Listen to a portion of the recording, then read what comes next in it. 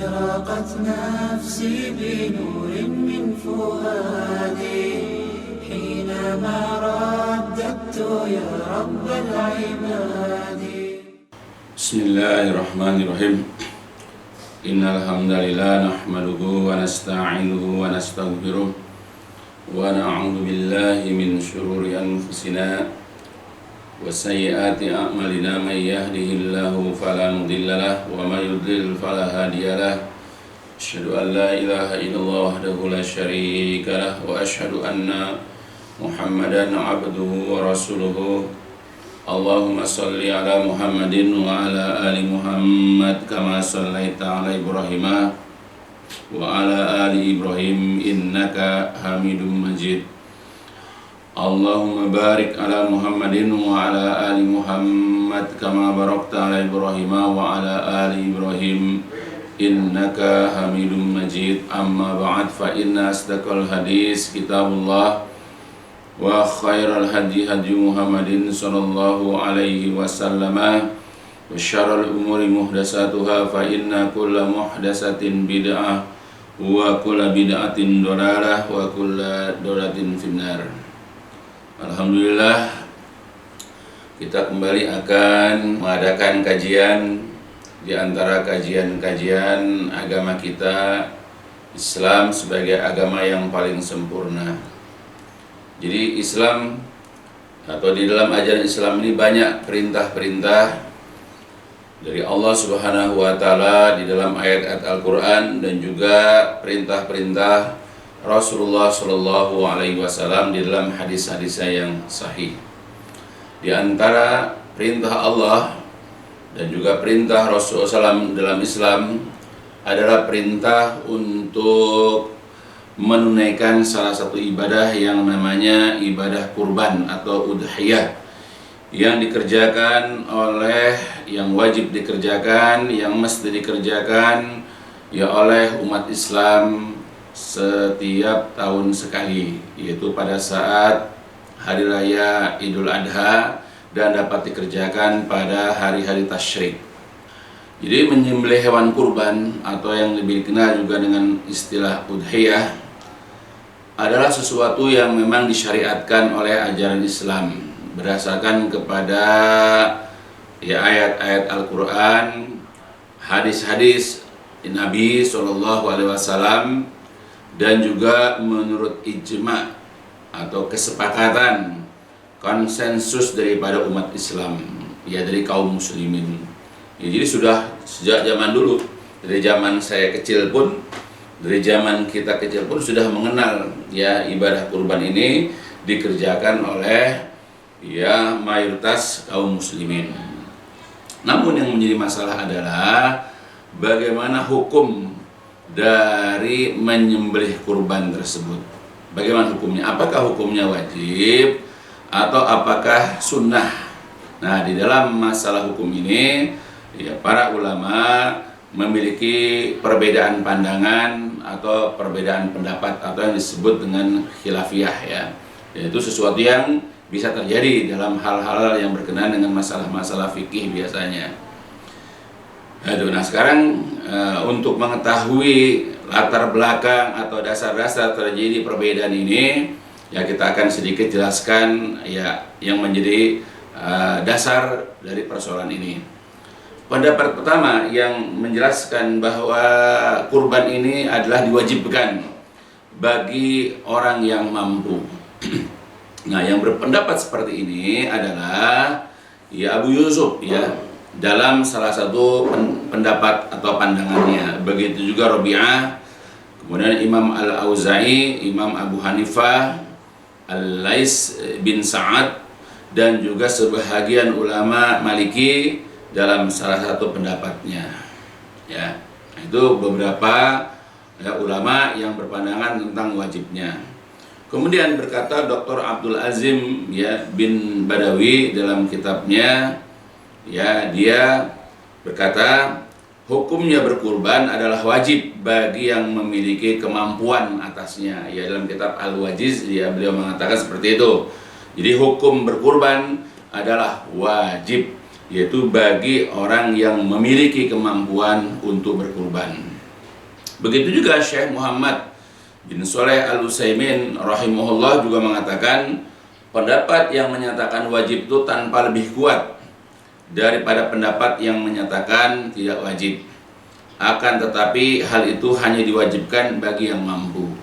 Ya, begitupun ya ada yang menganggap bahwa ibadah kurban ini adalah sesuatu yang wajib. Nah, yang menjadi dasar ya atau yang menjadi dalil ya bagi mereka adalah pertama firman Allah Subhanahu wa taala. Ya, Allah berfirman dalam Al-Qur'an surat Al-Kautsar ayat yang kedua, A'udzubillahi minasyaitonirrajim, fasholli lirabbika wanhar. Artinya, famaka sholli, salatlah engkau. Ya lirabbika, untuk Rabbmu, wanhar, dan berkurbanlah dan sembelihlah dan potonglah hewan kurban. Maka sholatlah dan potonglah binatang sembelihan karena Rabbmu. Jadi Allah menggandengkan antara perintah untuk sholat, yaitu sholat Id, yaitu Idul Adha, dengan perintah untuk melakukan nahar, yaitu mengalirkan darah, menyembelih hewan kurban. Jadi ayat ini menggunakan kata kerja perintah atau fi'il amar, dan asal hukum perintah adalah wajib.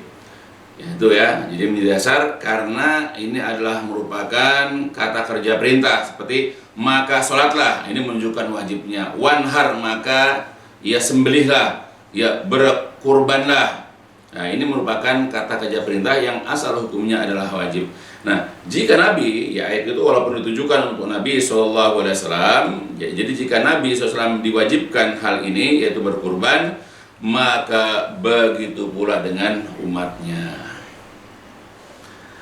Terus juga yang menunjukkan wajibnya, ya wajibnya berkurban adalah hadis dari Abu Hurairah radhiyallahu an, bahwasanya Rasulullah SAW pernah bersabda, man kana lahu sa'ah walam yudhi fala yaqrabanna musallana. Jadi barang siapa yang memiliki, barang siapa yang mempunyai sa'ah, kelapangan, keluasan, yaitu dalam masalah rezeki, walam yudhi, tetapi dia tidak mau berkurban, dia tidak mau udhiyah, dia tidak mau menyembelih hewan kurban, kata Rasulullah, fala yaqrabanna, maka janganlah sekali-kali ia mendekati. Ya, yaqrabanna itu menggunakan nun taukid, menunjukkan penegasan. Maka janganlah dia mendekati musallana, tempat sholat kami. Ya, dihasankan oleh Syalbani dalam hadis riwayat Ibnu Majah dan Imam Ahmad. Jadi siapapun yang Allah lapangkan rezekinya, Allah luaskan rezekinya, ya kemudian dia tidak mau mengeluarkan sebahagian harta itu untuk membeli hewan kurban, ya, atau dia tidak mau menyembelih hewan kurban, ya, maka dikatakan jangan sekali-kali dia mendekati tempat sholat kami. Jadi artinya keislaman diragukan. Dia tidak boleh ia datang ke masjid untuk sholat bersama kaum muslimin berjamaah. Ya, ini merupakan bentuk penolakan keislamannya. Ya, maka dengan hal ini pendapat pertama mengatakan wajib karena dasarnya ini. Jadi orang itu dilarang mendekati tempat sholat kaum muslimin ya untuk sholat berjamaah gara-gara ya dia tidak mau berkurban padahal dia mempunyai kelapangan dalam masalah rezeki. Begitu juga dalam hadis yang lain dari Mikhnab bin Sulaim, ia berkata, kami pernah bersama-sama Nabi SAW yang saat itu beliau atau Rasulullah dalam kondisi atau dalam keadaan wukuf di Arafah. Kemudian Rasul bersabda, ya ayuhan nas, inna ala kulli ahli baitin fi kulli amin udhiyatan wa atirah. Ya, jadi wahai sekalian manusia, ini sabda Rasulullah mengingatkan kepada kaum muslimin, wahai manusia, inna sesungguhnya ala bagi ya kulit tiap-tiap ahli baitin, bagi tiap-tiap ahli bait, bagi tiap-tiap keluarga, bagi setiap rumah, fi kulli am, pada setiap tahunnya untuk melakukan udhiyah, mengadakan penyembelihan hewan kurban. Hendaklah mereka memotong hewan kurban dan atirah. Apa itu atirah? Atirah adalah orang-orang yang menyembelih hewan pada bulan Rajab. Ya, ini kita tidak bahas nanti dalam masalah yang lain. Jadi hadis ini menerangkan bahwa bagi setiap keluarga, bagi setiap rumah, hendaklah setiap tahun itu ya mereka menyembelih hewan kurban atau udhiyah. Nah, ini merupakan penegasan yang pernah Rasul katakan ya pada waktu beliau wukuf di Arafah, yang disampaikan ya oleh sahabat Nabi Mikhnab bin Sulaim. Begitu juga hadis tadi diriwayatkan oleh Imam Abu Dawud, Imam Ahmad, Tirmidzi, Ibnu Majah. Berkata Syekh Albani, hadis ini adalah hasan. Kemudian Jundub bin Sufyan al-Bajali dalam hadis yang lain berkata, aku pernah ikut menyaksikan Nabi SAW pada saat hari nahar, hari raya kurban, ya itu Idul Adha. Nah, beliau pada saat itu bersabda, man dabaha qabla ay yusalliya falyu'id makanaha ukhra wa malam yadbah fal yadbah. Man dabaha, barang siapa yang menyembelih, ya maksudnya hewan kurban, ya qabla ayyusalli, sebelum melaksanakan sholat, yaitu sholat Idul Adha, maka fal yu'id, maka hendaklah dia mengulang, yaitu mengulang kurban makana, sebagai pengganti tempatnya. Ya, jadi kalau orang menyembelih sebelum dilaksanakan sholat Id, maka hendaklah dia mengulang kembali untuk mengganti yang dia lakukan sebelum sholat tadi.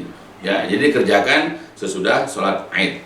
Ya, wa malam yadbah, barang siapa yang belum menyembelih, ya fal yadbah, maka hendaklah dia menyembelih.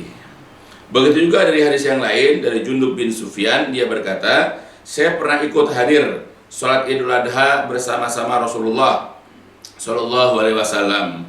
Tidak lama setelah menyelesaikan sholat atau setelah selesai sholat Idul Adha, beliau melihat ada daging kurban yang telah disembelih.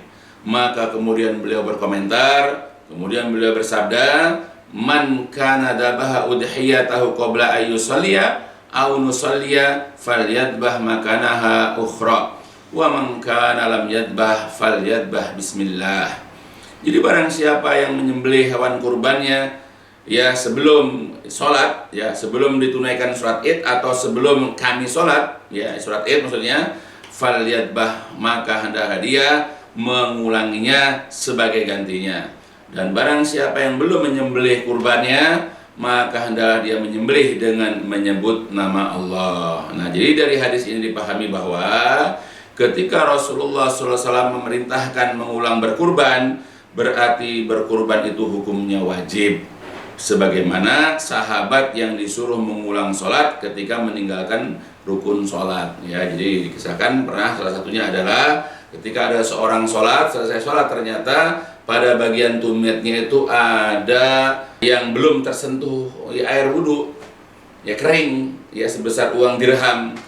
Maka kemudian Rasulullah menyuruh orang itu untuk mengulangi wudhunya dan juga mengulang sholatnya. Nah, itu gambaran ringannya. Ya, jadi begitupun ketika seseorang yang dia menyembelih hewan kurban yang harusnya ditunaikan penyembelihan itu sesudah sholat Id, tapi orang ini mengerjakannya sebelum sholat Id, maka disuruh mengulang ya untuk mencari hewan kurban lain, kemudian untuk disembelih ya sebagai ganti, yaitu dikerjakan ketika sudah selesai sholat Idul Adha-nya. Seperti itu. Ya, ini hadis-hadis ini menunjukkan tentang diwajibkannya ya untuk melaksanakan kurban ya bagi yang mampu. Ya, bahkan tadi fala yaqrabanna musallana. Jadi Nabi menegaskan jangan sekali-kali dia mendekati tempat sholat kami. Ya, jadi dilarang orang ini untuk datang untuk sholat bersama kaum muslimin secara berjamaah, menunjukkan penolakan dari Rasulullah. Makanya dengan dalil inilah ya para ulama ada yang menyatakan hukum Idul Kurban, menyembelih kurban itu adalah wajib. Kemudian pendapat atau pandangan yang kedua ya tentang kurban itu adalah sunnah atau tidak wajib. Mayoritas ulama berpendapat, ini pandangan yang kedua ya, mayoritas ulama berpendapat bahwa menyembelih kurban hukumnya adalah sunnah muakkadah, sunnah yang ditekankan. Ya, sunnah bukan sekedar sunnah, tapi sangat ditekankan. Ya, jadi berkisar antara sunnah dengan wajib, sunnah muakkadah itu. ya sudah mendekati wajib. Jadi pendapat ini dianut atau dipegang oleh ya ulama Syafi'iyah, ulama Hambali, pendapat yang paling kuat dari Al-Imam Malik, dan juga merupakan salah satu pendapat dari Abu Yusuf, yaitu muridnya Imam Abu Hanifah. Pendapat ini juga lah adalah merupakan pendapat sahabat Nabi Abu Bakar, ya.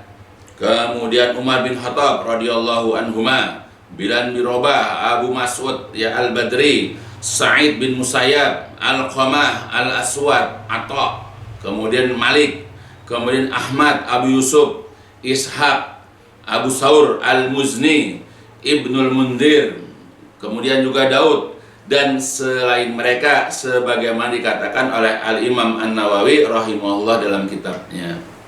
Ya, ini ulama-ulama yang berpandangan, ya begitu juga beberapa orang sahabat Nabi yang seperti sudah sebutkan, yang menyatakan bahwa kurban itu tidak sampai kepada wajib, tetapi hukumnya adalah sunnah.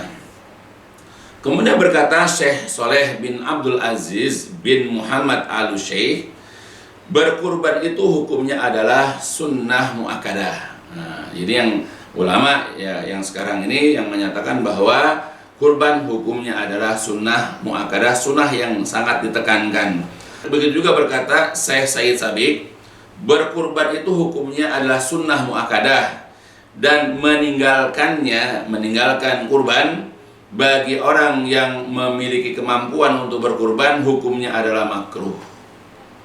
Ya, yaitu dibenci maksudnya. Nah itu. Kemudian di antara dalil mayoritas ulama adalah sebagaimana hadis-hadis ya berikut ini dari Ummu Salamah radhiyallahu anha, bahwasanya Nabi Shallallahu Alaihi Wasallam pernah bersabda, kata beliau, "Idza ra'aitum hilala Dzulhijjah wa arada ahadukum ayyudhhiya falyumsik an sya'rihi wa azfarihi." Jika telah masuk bulan Dzulhijjah dan salah seorang dari kalian ingin menyembelih kurban, maka hendaklah ia tidak memotong sedikit pun dari rambut dan kukunya. Jadi apabila sudah masuk bulan Dzulhijjah, hilal bulan Dzulhijjah, yaitu ketika selesai tanggal 30 atau tanggal 29 dari bulan Dzulqa'dah, dan kemudian hilal sudah nampak, sabit sudah nampak menunjukkan masuknya bulan Dzulhijjah, lalu kemudian ada seseorang yang memang ingin punya kemauan untuk berkurban, maka sejak saat itu dia tidak boleh memotong kukunya, dia tidak boleh memotong rambutnya, ya sampai kapan? Sampai nanti hewan kurban itu disembelih. Ya, jadi apabila ada orang yang ingin, ya jadi dia sudah punya rezeki sebelum masuknya tanggal 1 Dzulhijjah. Nah, jika dia udah mantap pengen kurban, dana sudah disiapkan, maka jangan memotong kuku dan juga mencukur atau memotong rambut. Begitu juga dalam hadis yang lain dari Ummu Salamah radhiyallahu anha, bahwasanya Nabi sallallahu alaihi wasallam bersabda, "Idza dakhalatil 'ashru wa arada ahadukum ayyudhiya fala yamassa min sya'rihi wa basharihi syai'an." Jadi jika telah masuk 10 hari ya awal Dzulhijjah, ya jadi sudah masuk tanggal 1 tadi, sudah hilal ya tanggal 1 sudah nampak, artinya sudah mulai meninggalkan bulan Dzulqa'dah, dan salah seorang dari kalian ingin ya berkemauan, punya kehendak untuk berkurban, maka janganlah dia itu mencukur ya rambutnya, kemudian juga mengelupas kulitnya sedikit pun. Ya, nah itu. Nah, jadi kalau tadi seperti tadi udah masuk 10 hari di awal bulan Dzulhijjah, dan ada orang yang memang sudah berkeinginan karena dia sudah menyiapkan dananya ya untuk berkurban, maka begitu masuk tanggal 1 sampai menjelang tanggal 10 yaitu ibadah kurbannya, maka dia tidak boleh memotong kukunya, tidak boleh memotong rambutnya, dan tidak boleh mengelupas kulitnya. Ya, sampai kapan? Sampai binatang sembelihan itu, binatang kurban itu dipotong atau disembelih. Yang dimaksud di sini adalah dilarang memotong rambut, kemudian memotong kuku, ya, atau mengelupas kulit sahibul kurban itu sendiri. Jadi orang yang punya keinginan itu, yaitu dari sejak awal bulan Dzulhijjah sampai dengan disembelihnya hewan kurbannya. Nah itu batasnya, 10 hari nggak boleh ya tadi potong rambut, cukur bulu ketiak dan yang lain-lainnya, kemudian motong kuku tangan, motong kuku kaki misalnya, kemudian ada kalau kulit-kulitnya itu agak ini nggak boleh dikelupas ya sampai disembelih hewan kurbannya. Wallahualam. Berkata Syekh Said Sabiq, maka sabda Nabi, dan salah seorang dari kalian ingin berkurban. Nah, ini merupakan dalil atas sunnahnya berkurban dan tidak wajib. Hadis ini mengatakan, dan salah seorang dari kalian ingin. Hal ini dikaitkan dengan kemauan, keinginan. Seandainya menyembelih kurban itu hukumnya wajib, maka cukuplah Nabi SAW mengatakan, maka hendaklah ia tidak memotong sedikit pun dari rambut dan kukunya tanpa disertai adanya kemauan. Nah, itu. Jadi kalau seandainya hukumnya wajib, jadi nggak perlu ada kata-kata misalnya idza dakhalatil asyru ya. Nah, jadi apabila sudah masuk 10 hari di awal bulan Dzulhijjah, ya langsung Nabi mengatakan, maka janganlah seseorang di antara kalian memotong rambutnya dan memotong kukunya. Pasti begitu ngomongnya.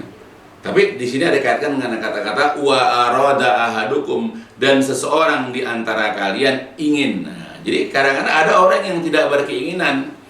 Ya, tadi karena tidak ada memiliki kemampuan atau mungkin ya hal-hal yang lain yang menjadikan dia tidak punya keinginan untuk berkurban saat itu.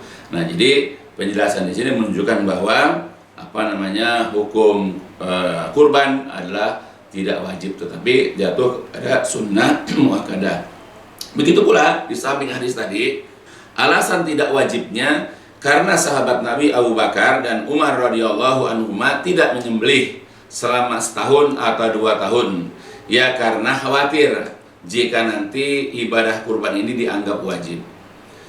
Imam Al-Baihaqi meriwayatkan bahwa Abu Bakar dan Umar radhiyallahu anhuma sengaja tidak berkurban agar tidak diduga, agar tidak disangka oleh orang lain bahwa berkurban itu hukumnya wajib. Nah, sebagaimana dari Abu Sarihah Al-Ghafari atau nama lainnya adalah Hudzaifah bin Usaid ya, berkata, yaitu Hudzaifah atau Abu Sarihah ini, kata Abu Sarihah, anna Abu Bakrin As-Siddiq wa Umar radhiyallahu anhuma kana la yudhiyani karahiyata ay yuktada bihima fayazunnu man ra'ahuma annaha wajibah. Jadi bahwasanya Abu Bakar dan Umar radhiyallahu anhuma tidak berkurban karena tidak suka atau khawatir nanti diteladani oleh orang lain. Lalu orang yang melihat mereka orang yang melihat mereka berdua nanti menduga atau menyangka bahwa berkurban itu hukumnya adalah wajib. Ya, jadi sahabat Nabi Abu Bakar dan Umar sengaja tidak mau berkurban karena khawatir kalau berkurban nanti orang-orang anggap bahwa kurban itu wajib. Nah, karena rasa khawatir itu ya kedua ya masa sahabat Nabi meninggalkan kalau itu wajib. Ya, maka ini juga yang menjadi dasar ya bagi orang yang menganggap bahwa kurban itu tidak wajib tapi hanya kepada sunnah, yaitu adalah asar yang diriwayatkan oleh Imam Al-Baihaqi yang menjelaskan tentang perilaku dari sahabat Abu Bakar dan Umar radhiyallahu anhuma. Jadi cukup jelas dalam riwayat di atas bahwa Abu Bakar dan Umar radhiyallahu anhuma sengaja meninggalkan berkurban karena tidak suka, karena khawatir nanti jadi teladan yang akan diduga oleh orang bahwa berkurban itu hukumnya adalah wajib. Mereka melakukan semacam ini karena mengetahui bahwa Rasulullah SAW tidak mewajibkannya. Ya, jadi mereka Abu Bakar, Umar ini sengaja mereka itu yang melakukan hal semacam ini karena khawatir, karena takut ya nanti dijadikan wajib. Padahal mereka mengetahui bahwa Rasulullah SAW sendiri tidak mewajibkannya. Ditambah lagi, tidak ada satupun sahabat Nabi yang menyelisih pendapat mereka. Jadi nggak ada sahabat Nabi si A nugur Abu Bakar Umar, kenapa nggak berkurban padahal mereka mampu? Nggak ada yang nugur. Nah, berarti ini adalah karena tidak ada yang menegur, Jadi ketetapan yang dilakukan oleh mereka berlaku sampai sekarang. Begitu juga dalam asar yang lain dari Abu Mas'ud Al-Ansori, ya, beliau berkata, "Inni la adahul adha wa inni la musirun ma khafata ayyara jirani annahu hatmun alayya." Sesungguhnya benar-benar aku meninggalkan kurban, padahal aku memiliki kemampuan, aku memiliki kelapangan dalam masalah rezeki. Mahawatan, hanya saja aku khawatir bahwa nanti para tetanggaku melihat, an yara jirani, bahwasanya para tetanggaku nanti melihat, annahu, bahwasanya kurban itu adalah hatmun alayya, sesuatu keharusan, sesuatu yang diwajibkan atasku. Begitu juga ada sahabat Nabi Abu Mas'ud Al-Ansori, dia tidak mengerjakan atau dia tidak menyembelih hewan kurban. Kenapa? Padahal dia mampu, karena khawatir nanti tetangga-tetangganya ngelihat bahwa kurban itu adalah suatu kemestian, suatu keharusan, suatu kewajiban yang dibebankan kepada dirinya dan kepada kaum muslimin. Begitupun Ibnu Umar radhiyallahu anhuma berfatwa bahwa berkurban adalah sunnah dan ma'ruf, perbuatan ma'ruf maksudnya. Al-Imam Al-Bukhari meriwayatkan secara mu'allaq dengan sigot yang jazm, di sigot yang tegas, di dalam kitab Imam Sahih Bukhari itu dijelaskan babu sunnatil udhiyah wa qala Ibnu Umar hiya sunnatun wa ma'ruf. Bab tentang sunnahnya berkurban. Jadi judulnya pun sunnahnya berkurban. Dan Ibnu Umar radhiyallahu anhu berkata, berkurban itu hukumnya sunnah dan ma'ruf, perbuatan baik atau sudah dikenal Demikian pula Ibnu Abbas yang memerintahkan membeli daging untuk dibagi-bagikan, bukan berkurban dengan hewan secara langsung. Begitu sahabat Nabi Ibnu Abbas radhiyallahu anhu, dia mampu untuk berkurban, tapi pada saat Idul Kurban dia tidak motong, dia beli daging lalu dibagi-bagikan kepada orang. Rasa khawatir nanti jadi wajib. Itu. Jadi menurut Ibnu Hazm pun dalam kitab Al-Muhalla tidak ada satupun riwayat sahih yang menunjukkan bahwa ada sahabat Nabi yang mewajibkan berkurban. Ibnu Hazm berkata, la yasihu an ahadin minas sahabah annal udhiyata wajibah. Tidak ada satupun riwayat sahih dari seorang sahabat Nabi, dari seorang sahabat pun bahwa berkurban itu hukumnya wajib. La yasih, tidak sahih. Tidak ada riwayat yang sahih an ahadin dari seseorang pun minas sahabat, dari sahabat yang menyatakan annal udhiyah, bahwa berkurban itu adalah wajib. Jadi dari beberapa riwayat dan pendapat di atas, kami lebih cenderung pada pendapat kedua atau pendapat mayoritas ulama yang dibacakan tadi, yang menyatakan bahwa menyembelih kurban itu hukumnya adalah sunnah dan tidak wajib. Itu kata Ibnu Hazm. Di antara alasannya adalah karena pendapat ini didukung oleh perbuatan sahabat Abu Bakar, dan juga sahabat Nabi Umar radhiyallahu anhuma yang pernah tidak berkurban. Seandainya tidak ada dalil dari hadis Nabi yang menguatkan salah satu pendapat di atas, maka cukup perbuatan mereka berdua sebagai hujjah, sebagai argumen yang kuat bahwa kurban itu tidaklah wajib namun sunnah atau dianjurkan. Fa iyuti'u Abu Bakr wa Umar yarshudu.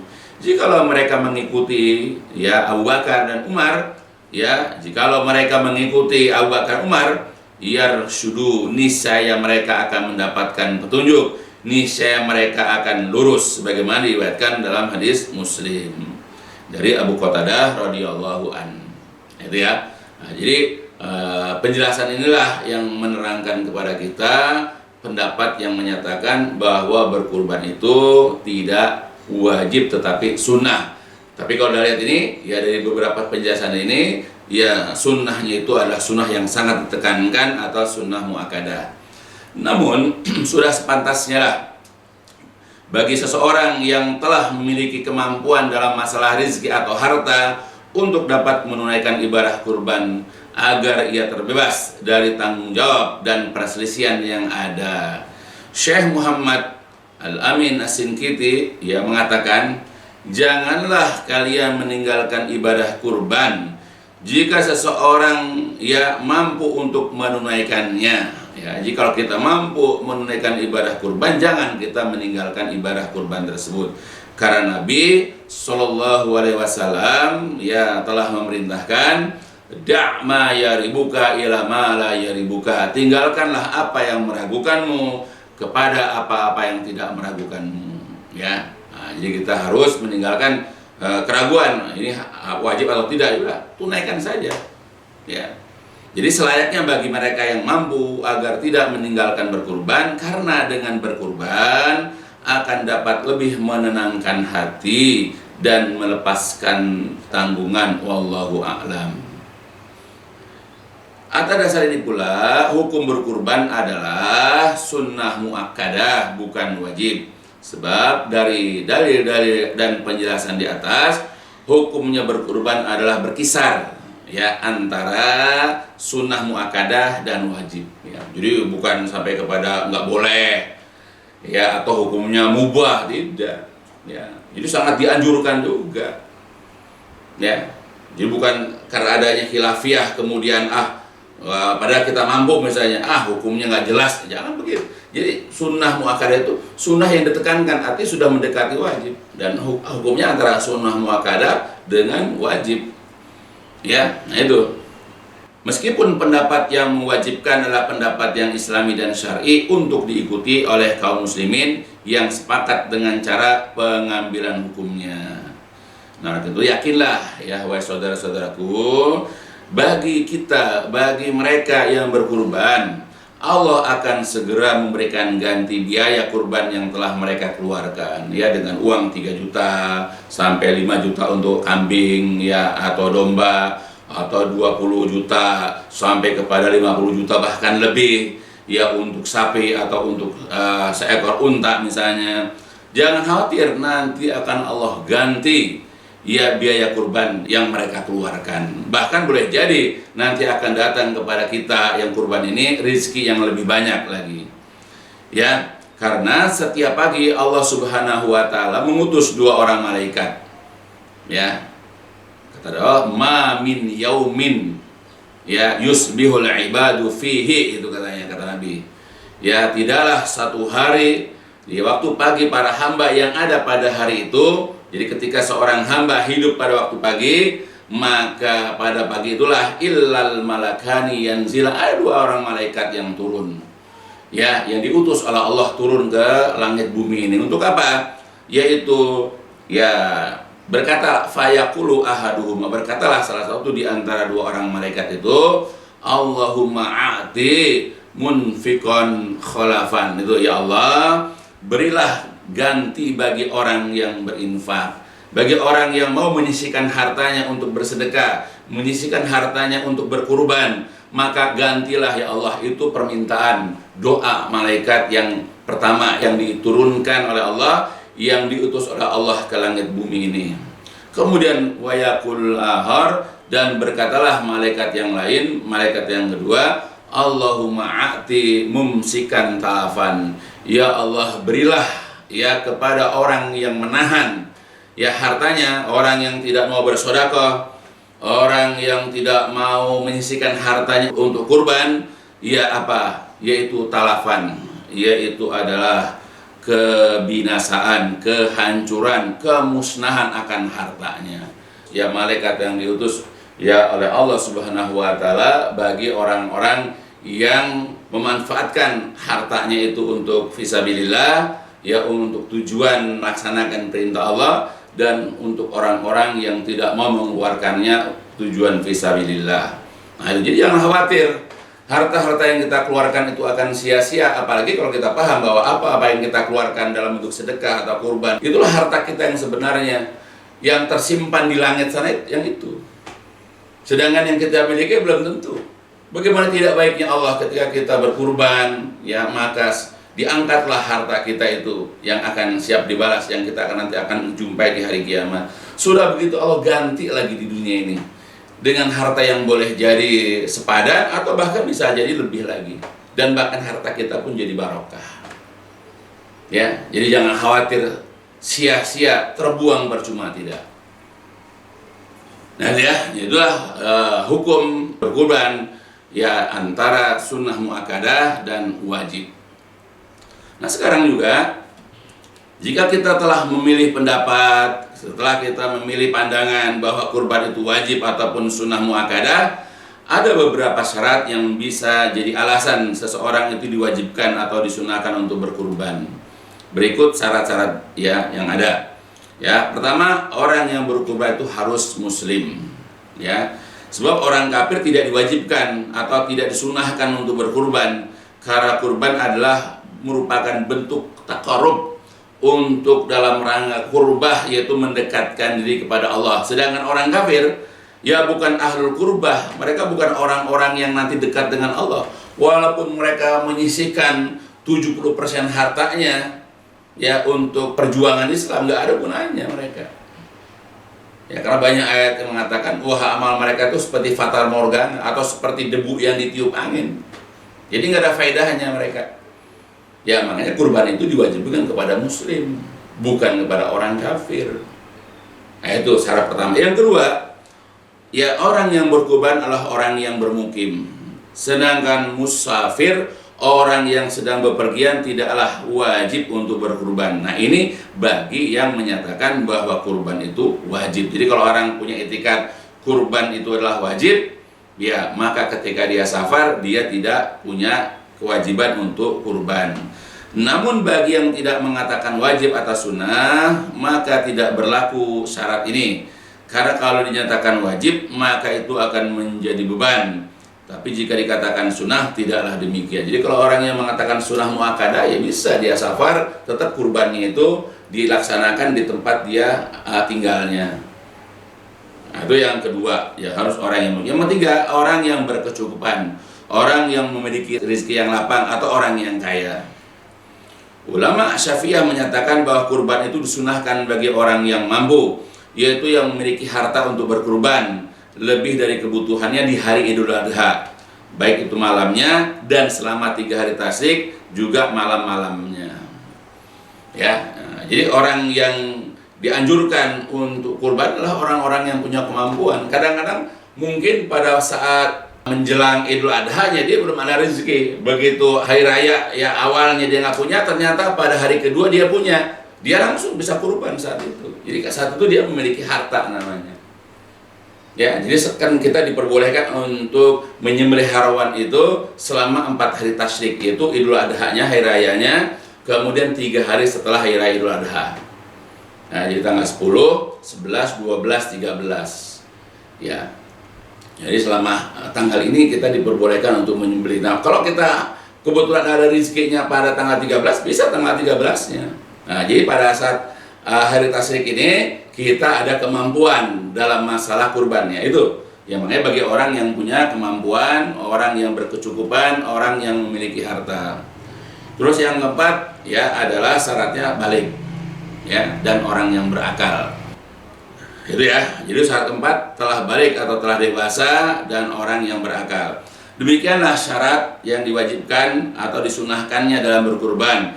Jika kita memiliki kelebihan harta dan sedang mukim, hendaklah kita berkurban, karena kurban adalah sebaik-baik upaya mendekatkan diri kepada Allah atau taqarrub ya kepada Allah Subhanahu wa taala. Dan semoga harta kita pun akan menjadi semakin berkah dan kita kelak akan mendapatkan banyak balasan kebaikan ya pada hari kiamat. Nah, itu jadi kalau kita paham sebetulnya ya kurban ini adalah merupakan ibadah yang sangat dianjurkan dan memiliki banyak keutamaan, bukan hanya untuk kita tapi juga untuk kaum muslimin yang lain ya. Jadi mereka bisa merasakan ya memakan daging yang barangkali sehari-hari mereka itu kurang ya dalam memakan daging. Ya kita berbagi kenikmatan, kita berbagi ya rezeki dengan orang-orang yang tidak mampu, baik didahulukan di sekitar tempat kita tinggal atau di pengajian-pengajian yang kita jumpai ya ada orang-orang yang kaum duafa, orang fakir, orang miskin ya, atau di tempat-tempat yang memang mereka membutuhkan bantuan ya. Nah, itu jadi banyak sekali faedahnya yang bukan di sini saatnya kita jelaskan, yang mungkin nanti dalam bab-bab yang lain akan dijelaskan faedah-faedah daripada berbagai macam ibadah yang telah Allah dan Rasulnya perintahkan ya kepada kita. Nah, kurang lebihnya itulah yang bisa saya jelaskan berkenaan dengan hukum daripada berkurban. Ya kalau tidak wajib ya sunnah muakkadah. Ya itu yang bisa saya sampaikan. Ya mudah-mudahan bermanfaat untuk kita semua, dan ya, bagi kita yang mempunyai kelapangan dalam masalah rezeki, hendaklah kita laksanakanlah semaksimal dan optimal kita. Wallahu alam. Dan diakhiri dengan walhamdulillahil alamin. Subhanakallahumma wa bihamdika asyhadu an la ilaha anta astaghfiruka wa atubu ilaik. لسوف أعود يا أمي أقبل رأسك